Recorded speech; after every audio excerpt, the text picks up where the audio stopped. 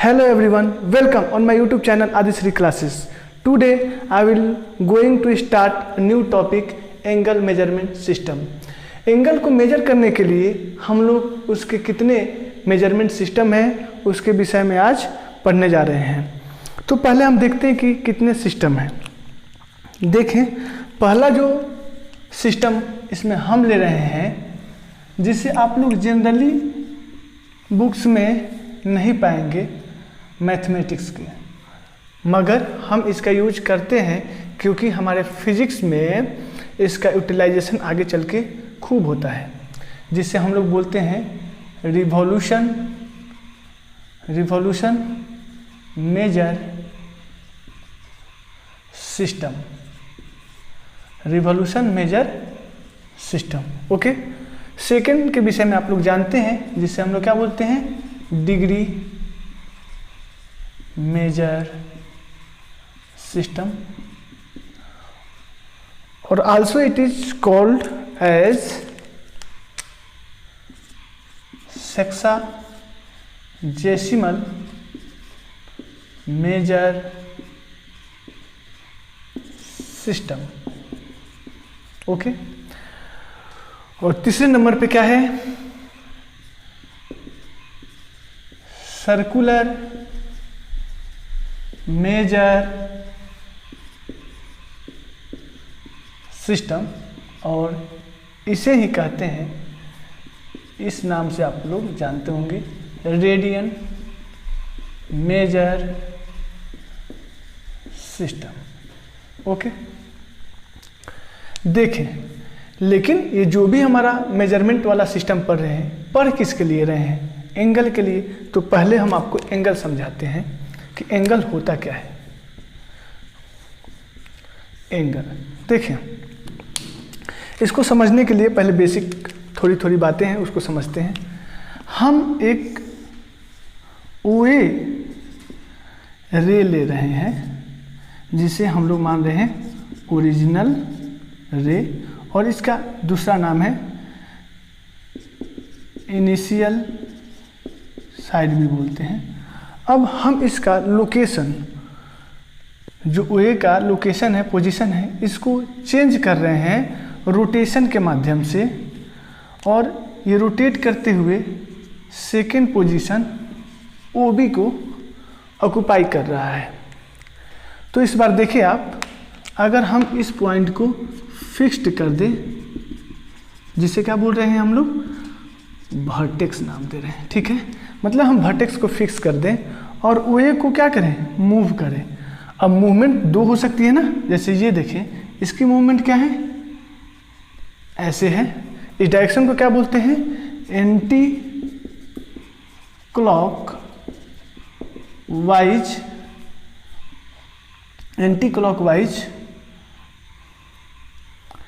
Movement, okay. अगर ये OA line है, देखें यहाँ पे हमने इसका पोजीशन चेंज किया रोटेशन करके, घुमाते हुए इस पॉइंट को मैंने पकड़ा और इसको रोटेट किया, ये पोजीशन ऑक्यूपाई कर लिया OB। इस बार मेरा रोटेशन किस डायरेक्शन में दिया गया है, घड़ी के दिशा में, जिसे क्या बोलते हैं, क्लॉकवाइज डायरेक्शन।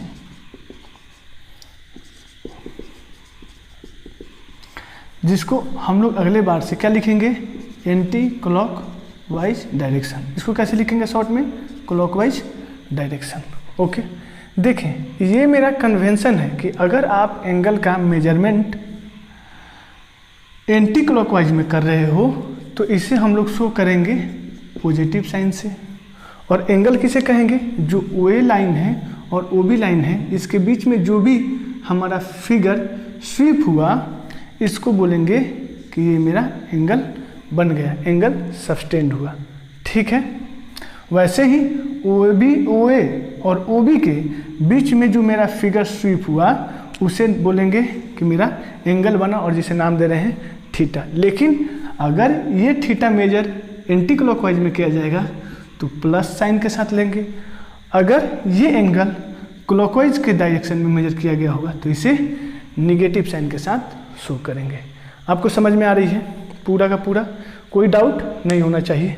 देखें, अब इसी के साथ एक तीसरे बात को लेते हैं और आप समझने की कोशिश कीजिए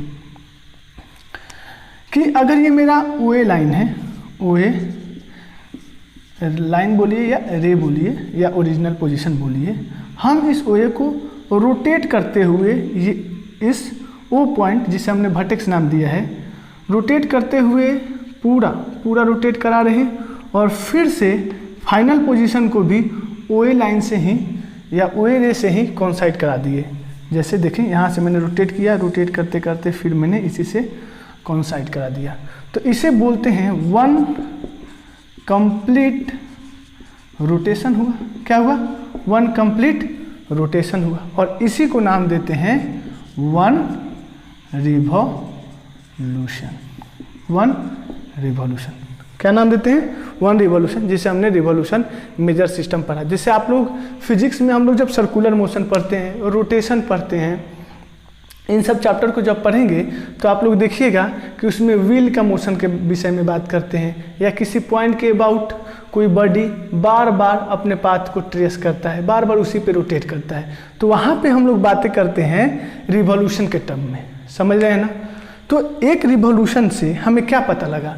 आप बोल सकते हैं कि नहीं यहाँ से कि ये पार्टिकल्स जो कि OA पॉइंट पे था, अगर मैं पार्टिकल मानूँ कि OA लाइन पे था, OA लाइन पे ये जो पार्टिकल था एक कंप्लीट रोटेशन कर लिया, मतलब वन रिवॉल्यूशन कर लिया, और हमें पता है कि जिस पॉइंट से कोई ऑब्जेक्ट मूव करना स्टार्ट किया फिर वो सर्कुलर मोशन कंप्लीट करते हुए उसी पॉइंट पे चला आता है, तो टोटल जो एंगल मेजर किया जाएगा वो कितना होता है? 360 डिग्री। मैं ये पहले की बातें कर रहा हूँ, आप लोग पहले से पढ़े होंगे और जानते होंगे, उसके विषय में बातें कर रहा हूँ, होगा ना? तो इतने स्टडी करने के बाद आप समझ सकते हैं कि हम क्या डिफाइन करने वाले हैं एंगल, और उसे किस तरह से डिफाइन करें। हम बोल सकते हैं कि ये एक लाइन OA है जिसे रोटेट किए हैं, तो एंगल क्या होता है? मेजरमेंट होता है। मतलब एंगल का डिफिनीशन में अगर हमें देना होगा तो क्या देंगे? Measure of rotation of a given रे अबाउट, किसके अबाउट? वर्टेक्स, और इसी को क्या बोल सकते हैं? Initial point, about it's initial point, okay, जिससे हमने वर्टेक्स का नाम दिया है। समझ रहे हैं? आप देखें, मतलब जो एक्चुअली में OA जो है, हम इसे एक रेफरेंस लाइन भी मान सकते हैं और मानते हैं हमारे फिजिक्स में। अब देखिए, जब हम फिजिक्स पढ़ेंगे और मुझे एंगल का मेजरमेंट करना होगा तो मैं वहाँ पे एक फ्रेम ऑफ रेफरेंस बनाता हूँ, जिसे मैंने आपको समझाया था भी, जिसे हमने नाम दिया था एक्स एक्सिस और वाई एक्सिस। तो वहाँ पे हम एक्स एक्सिस को कंसीडर कर लेंगे एज अ रेफरेंस लाइन, और ये इस रेफरेंस लाइन के अबाउट ही हम लोग एंगल का मेजरमेंट करेंगे। जैसे ये मेरा देखें, एक्स एक्सिस रेफरेंस लाइन हो गया और यहाँ से कोई ऑब्जेक्ट मूव करके इस पॉइंट पे आ गया, तो कितना एंगल बनाएगा? इसे मिला देंगे। मैच कराने के बाद जितना ये एंगल इस 2D फिगर में सस्टेंड करेगा जो भी, इसे हम लोग नाम दे देंगे थीटा। समझ रहे हैं? और ये मेजर किस डायरेक्शन में किया गया है? एंटी क्लॉकवाइज डायरेक्शन में, तो इसे कंसीडर कर लेंगे पॉजिटिव। और फिर इसका हम लोग लोकेशन के विषय में, पोजीशन के विषय में स्टडी कर लेते हैं। समझ रहे हैं आप बात अच्छे तरह से? कोई डाउट नहीं होनी चाहिए। तो अगर कोई बात करे रिवॉल्यूशन मेजर सिस्टम में, तो हम क्या बता सकते हैं यहाँ से कि हम लोग रिवॉल्यूशन सिस्टम मेजर में एक रिवॉल्यूशन का मतलब समझेंगे कितना? 360 डिग्री। ओके, तो एंगल के डिफिनीशन में ही मैंने रिवॉल्यूशन सिस्टम भी आपको समझा दिया। यहाँ से आप अच्छी तरह से समझ पा रहे होंगे। अगर इसके बावजूद भी अगर इसमें कोई दिक्कत आपको आए तो आप कमेंट कर सकते हैं और अपना इन्फॉर्मेशन मुझे दे सकते हैं। हमने पहला सिस्टम पढ़ लिया, रिवॉल्यूशन सिस्टम। अब रिवॉल्यूशन सिस्टम के बाद हम दूसरे सिस्टम पे आए हैं और उसके विषय में बात करेंगे, जिसे हमने आपको नाम भी बताया था डिग्री मेजर सिस्टम, और इसे ही बोलते हैं सेक्साजेसिमल मेजर सिस्टम। देखें, हमने उस समय आपको रिवॉल्यूशन सिस्टम में बातों बातों में समझाया था, क्या समझाया था कि 360 मीन्स वन कंप्लीट रोटेशन, और वन कंप्लीट रोटेशन को हमने बोला था वन रिवॉल्यूशन। क्या बोला था? वन रिवॉल्यूशन बोला था ना। तो अगर यहाँ से हमें डिफाइन करना होगा 1 डिग्री, तो बाय यूनिटरी मेथड हम क्या कर सकते हैं, 1/316 of a revolution.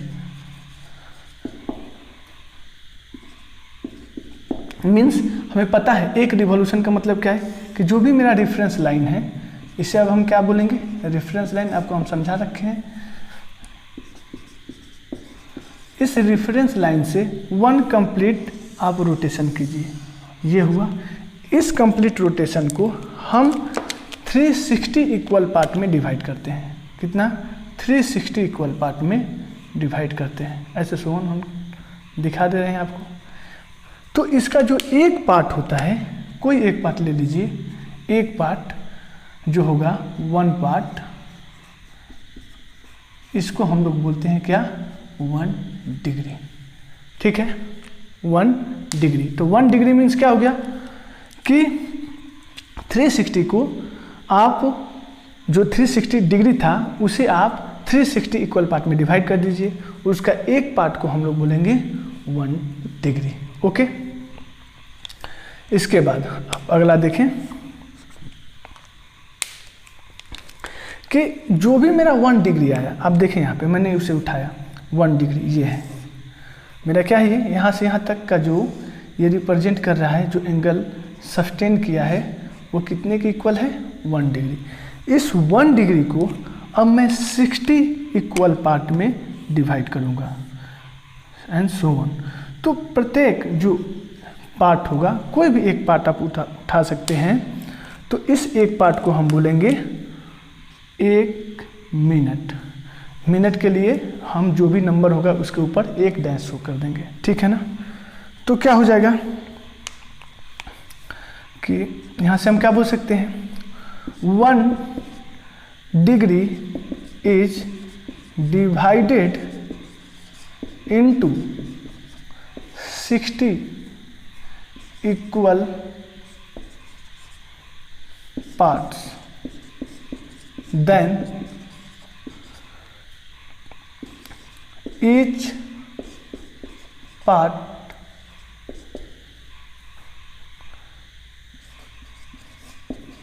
refers as 1 minute, 1 minute.